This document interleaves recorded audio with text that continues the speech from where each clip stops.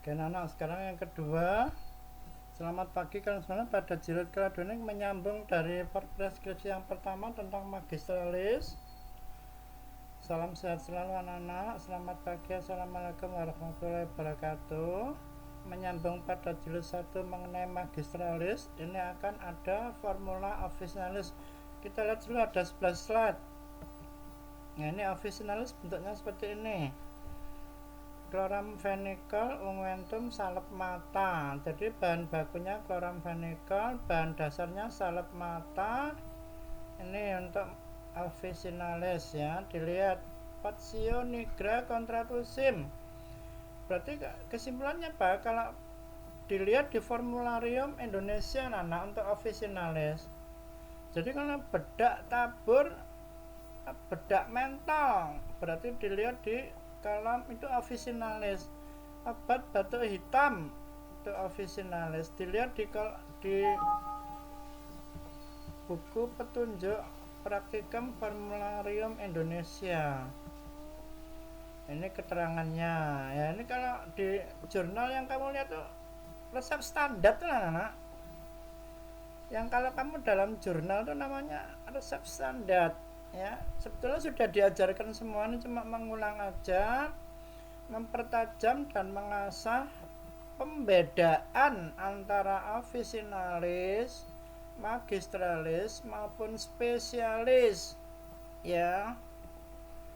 Ini keterangannya, ini ada 11 slide. Ini komposisi, ini kalau dalam sehari itu resep standar. Pernah kok, kamu tinggal mengulang aja. Ini hanya mempertajam, mengingat pada kelas 10 sebelumnya. Nah, sebaliknya spesialis obat paten dari pabrik. Kadang pabrik obat membuat obat dengan berbagai sediaan, kekuatan, dan kombinasi obat. Bila penulisan resep kurang jelas dan tidak lengkap, dapat mengakibatkan kesalahan dalam pelayanan resep di apotek.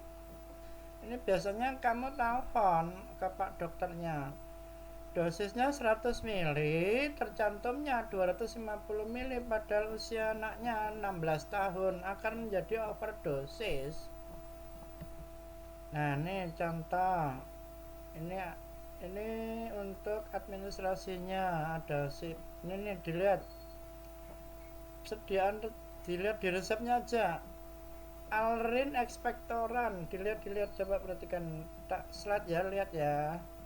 Nah, ini spesialis itu obat paten tunggal yang tidak ada campuran apa-apa. Misalkan Sefat generik. Kalau tunggal tuh bisa spesialis, tapi kalau dalam bentuk campuran bisa menjadi magistralis ya.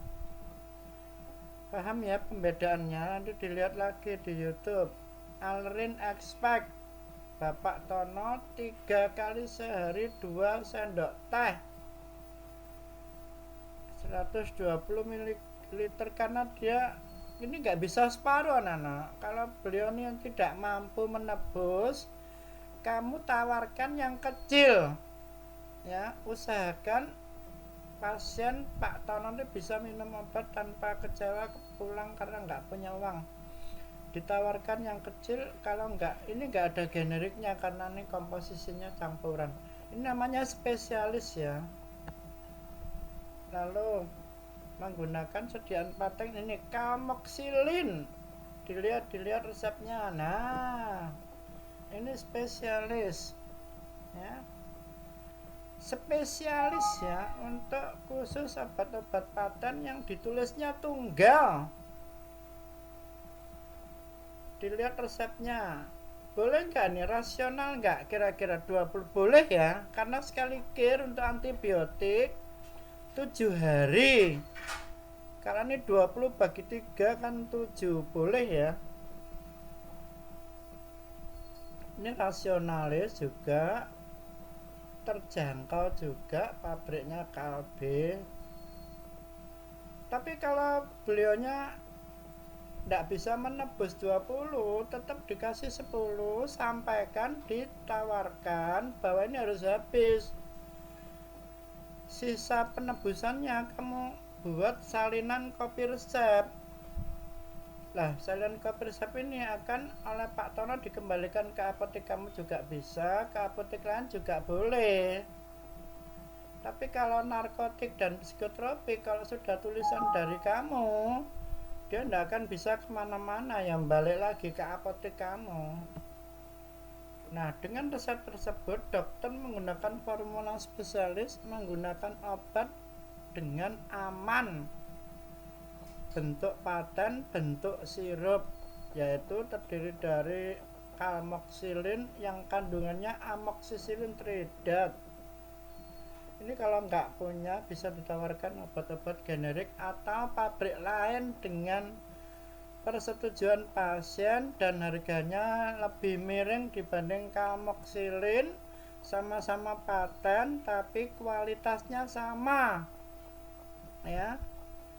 Boleh, cuma penjelasan seperti ini butuh pengertian dari pasiennya. Karena keterbatasan dana kamu tawarkan. Ya, ini ada nih, tadi saya Pak Bambang bilang suspensi ini ada 250 mg atau bentuk vial, ini ditawarkan. Kalau memang tidak mampu bisa yang pilih yang kecil ya. Usahakan pasien bisa minum obat. Nah, ini dilihat ya, kita ulang Nana, ini kalmoksilin 500 mg tadi ditawarkan agar penggunaannya bisa menggunakan obat generik kalau tidak mampu, yang sudah disetujui oleh pasien. Karena kamu melanggar etika mengganti dokter Rasi Maulana. Kamu gak harus telepon ke dokternya, karena ini bukan kesalahan dosis, bukan kesalahan penulisan resep, hanya keterbatasan dana pasien tersebut. Maka kamu berhubungan langsung nanti di ruang tersendiri ya. Kamu sebagai seorang apoteker atau asisten apoteker akan menyampaikan ya. Nah, ini berikutnya kalmoksilin 500 mg sebanyak 20 biji diberikan kepada Bapak Tono dengan aturan pakai 3 kali sehari 1 kapsul. Ini kalau ujian kompetensi ini sering diajukan pertanyaan seperti ini ya. Kalmoksilin 500, kalau pengujinya nanya ini kalau nggak mampu alternatif apa yang bisa kamu sampaikan ya. Alternatifnya asal tidak mengganti komposisinya. Tadi kalmoksilin isinya apa? Ini dilihat, kamu cari yang harganya lebih rendah dari kalmoksilin tapi kandungannya amoksisilin trihidrat. Kamu cari di mana? Di ISO. Kalau ISO ada tapi kamu nggak punya, ya dicari yang lain. Paling aman untuk penyampaian seperti ini sebaiknya generik dulu, nanti dicoba baru paten yang mendekati sama dengan amoksisilin trihidrat.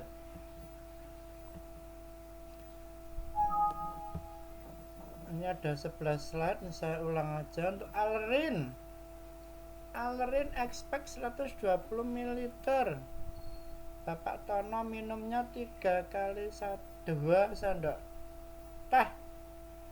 Kalau ini bapak kamu panggil Pak Tono, misalkan harganya 118, bapak enggak mbak uang, dia nyambak uang 100 kan kurang, dia balik juga males karena sakit batuk keburu minum obat. Kamu tawarkan yang kecil. Kalau ini anak-anak jangan ditawarkan pabrik lain karena komposisinya ada 6 komposisi, kadang nggak sama besar kecilnya. Ini nggak boleh anak-anak. Alerin ya wes alerin. Yang kamu tawarkan volumenya besar dan kecil. Beda dengan kalmoksilin ini. Kalau kalmoksilin ini hampir setiap